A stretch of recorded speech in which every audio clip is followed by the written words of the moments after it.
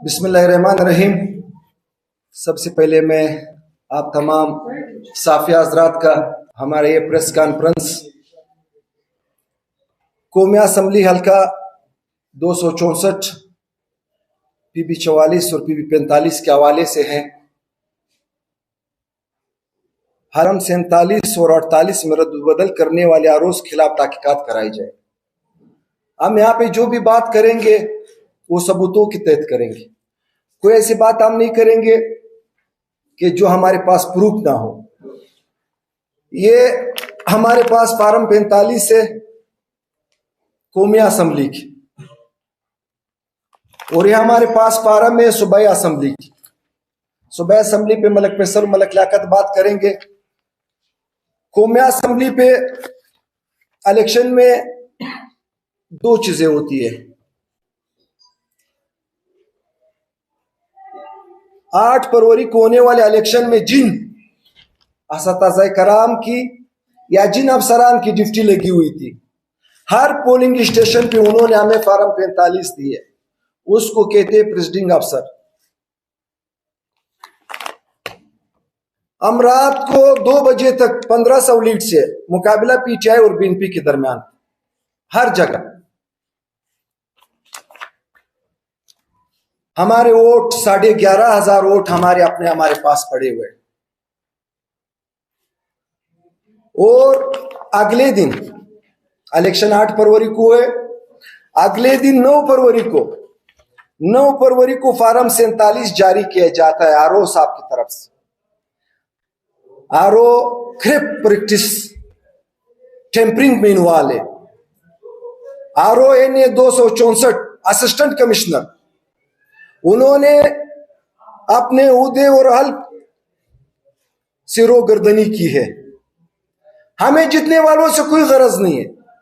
हम बलूचिस्तान के कबायली लोग हैं। हम किसी की इज्जत नफ्स वकार मजरू नहीं करेंगे। जो प्रेसिडिंग अफसरान और रिटर्निंग अफसरान है, हम उनको ट्रिब्यूनल समेत आला अदालत में खड़ा करेंगे। ये आपके तवसुत से उनके साथ हमारा वादा रहा। 9 तारीख को फार्म 47 जारी किया जाता है, जिसमें पाकिस्तान पीपल्स पार्टी को 10,000 वोट से जितवाया जाता है।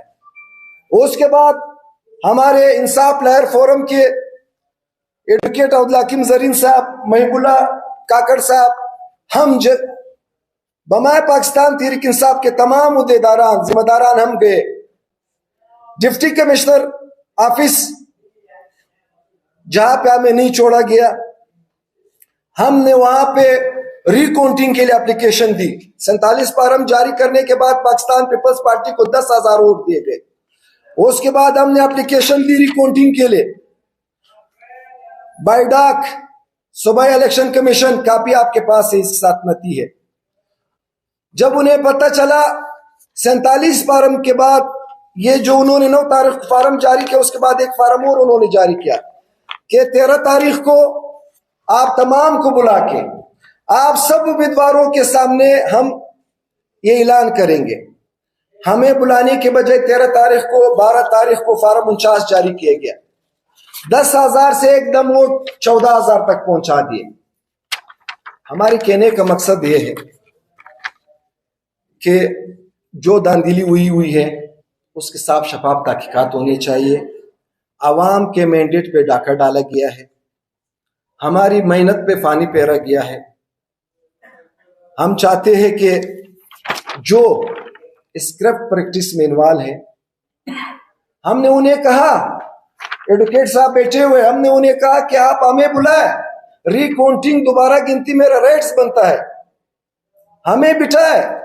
अगर आपने इस तरह उनके फार्म 45 प्रूफ करवा दिया हमें, अगर आपने प्रूफ किए फार्म 45 जो भी जीता है उनको मुबारक ना। उन्होंने जो फार्म 45 बनाया, हमने उसके लिए भी एप्लीकेशन दी कि हमें फार्म 45 दिए जाए। उन्होंने ना हमें फार्म 45 दे है। जितने भी आरोज है NA 264 PB 44 PB 45 में मुतालिबा करना चाहता हूँ चीफ जस्टिस साहब सुप्रीम कोर्ट। कल उनसे पूछा गया, एक साफी ने सवाल किया कि जो कमिश्नर रावलपिंडी उन्होंने आप पे भी इल्जाम लगाया तो उन्होंने कहा कोई सबूत है? हम अलादिला के एहतराम करते हैं, हम चीफ जस्टिस साहब आपके एहतराम करते हैं, सबूत मैं दूंगा, आप सोमोटो नोटिस ले। मैं ज़ैनुलाब्दीन, मलक फैसल देवार, लियाकत लेडी, एडवोकेट अब्दुल हकीम जरीन, एडवोकेट मिबुल्लाह काकड़ साहब, हम आएंगे आपके पास, सबूत देंगे, सबूत ये सबूत है। अब आप साहब हजरात मुझे बताया जाए, प्रेसिडिंग अफसरान के ये दस्तखत प्रेसिडिंग अफसरान के पारम 45 सही है या हम पारम 47 और 48 रिटर्निंग अफसर के सही है? ये दो हमें जवाब दे, या आवाम के जवाब दे, या आवाम की तनख्वाहों से, इनको आवाम के टैक्स से तनख्वाहें मिलती है। आपने क्या समझा है? बलूचिस्तान को अपनी कॉलोनी समझा है? आप अलाकार बने हो, आप जिनके अलाकार बने हो आपको जवाब देना होगा। मैं मलक फैसल देवार साहब, आप कुछ बताया, फिर एडवोकेट